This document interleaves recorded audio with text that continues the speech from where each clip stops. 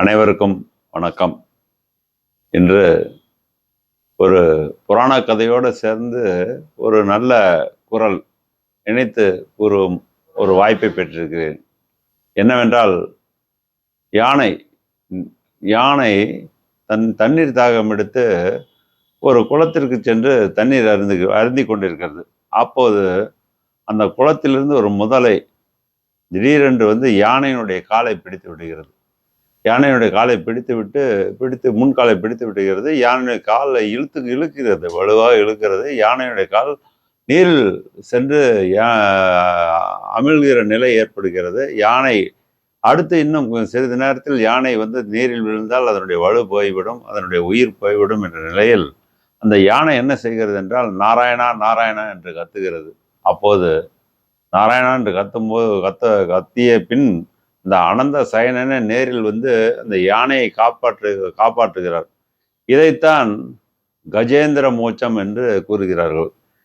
யார் கூறுகிறார் என்றால், புறநைகர் என்ற ஒரு கதை, இந்த சமய கதைகள் எழுதக்கூடிய புறநைகர் இதை கஜேந்திர மோட்சம் என்று கூறுகிறார். அதாவது, நீரில் பலமுடைய ஒரு முதலை நிலத்தில் பலமில்லாமல் இருக்கும். அதேபோல் நிலத்தில் பலமுள்ள யானை நீரில் சென்றால் பலத்தை இழந்துவிடும். இதைத்தான் புறநைகர் புராணம் கூறுகிறது. ஆனால் நமது வள்ளுவர் இதையே ஒரு அடிப்படையாக வைத்து ஒரு குறளை ஓவியமாக தீட்டியுள்ளார். அது என்னவென்றால், ஒரு போர் யானை வருகிறது. வீரன் எதிர்த்து போரிடுகிறான். ஏன்னா தமிழன் புறமுதுகு காட்டி ஓடுபவனுள்ள, யானை வந்தால் ஓட மாட்டான். அவன் ஈட்டியை எடுத்து கொண்டு யானையோடு போராடுகிறான். இந்த யானையும் என்ன செய்கிறது என்றால், தந்திரமாக தன்னுடைய தந்தங்களால் அந்த வீரனை குத்தி கிழிக்கிறது, நெஞ்சை குத்தி கிழிக்கிறது. அந்த வேலம் கிழித்தது மட்டுமன்றி அதனுடைய வெற்றி கழிப்பில் களிறு பிளறி கொண்டு வேகமாக ஓடுகிறது. அப்படி ஓடிக்கொண்டிருந்த அந்த யானை திடீரென அங்கு சேறு இருக்கிறது, ஒரு பகுதியில் சேறு இருக்கு.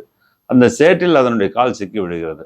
அதன் பின்னால் சேற்றில் கால் சிக்கிய யானை அதன் பின்னால் ஒரு அடி கூட நடக்க முடியவில்லை, காலை எடுக்கவும் முடியவில்லை. எடுக்க கால் இன்னும் உள்ள போய் கொண்டிருக்கிறது. யானை சேற்றில் மாட்டிக்கொண்டது. இதைத்தான் அப்போது அங்கு வந்த ஒரு நரி அதை பார்க்கிறது. யானை சிக்கி கொண்டதை பார்த்து யானை வேட்டையாடுகிறது. நரி வேட்டையாடுகிறது. யானையால் ஒன்றும் பண்ண இயலவில்லை. ஒரு வீரனையே குத்தி கிழித்த யானை, போரில் குத்தி கிழித்த யானை சேற்றில் மாட்டிக்கொண்ட போது ஒரு நரியிடம் மாட்டிக்கொண்டது. நரியிடம் மாட்டிக்கொண்டு ஒரு சின்ன பலவீனம் மாட்டிக்கொண்டு தன்னுடைய உயிரை இழந்தது. ஒரு பலமுள்ள யானை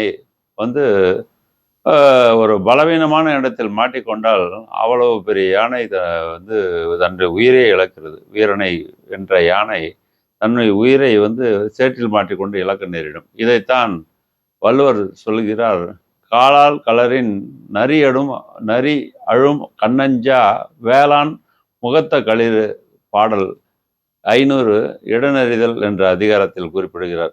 இது என்ன குறிப்பிடுகிறது என்றால், எவ்வளவு பலமுள்ள ஒரு அரசனாக இருந்தாலும் அவன் சிறிதளவு பலவீனமாக இருந்தால் அவனுடைய ஆட்சி வீழ்ந்துவிடும். அந்த பலவீனத்துக்கு அவன் அடிமையானால் அவன் ஆட்சி வீழ்ந்துவிடும் என்பதை தான் இந்த குறள் கூறுகிறது. இது பலவிதமாக நாம் சரித்திரத்தில் நாம் கேள்விப்படுறோம்.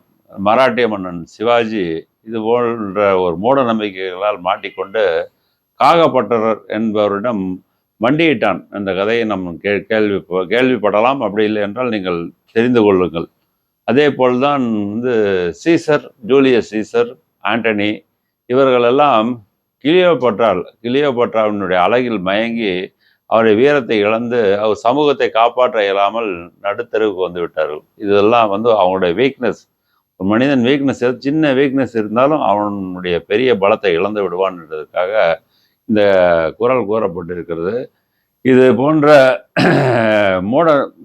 இதைத்தான் இந்த புறநைகர் புராணம் மூட நம்பிக்கைகளாக சொன்னாலும் அதை நமது வள்ளுவர் இடனறிதல், அவ்வளவு பெரிய யானை இருந்தாலும் சேற்றில் மாட்டிக்கொண்டால் நரியிடம் வீழ்ந்து விடும் என்பதைத்தான் இந்த குறளில் குறிப்பிடுகிறார். காலால் கலரி நரியடும் கண்ணஞ்சா வேளாண் முகத்து களிறு அப்படின்ற குறளில் குறிப்பிடுகிறார்.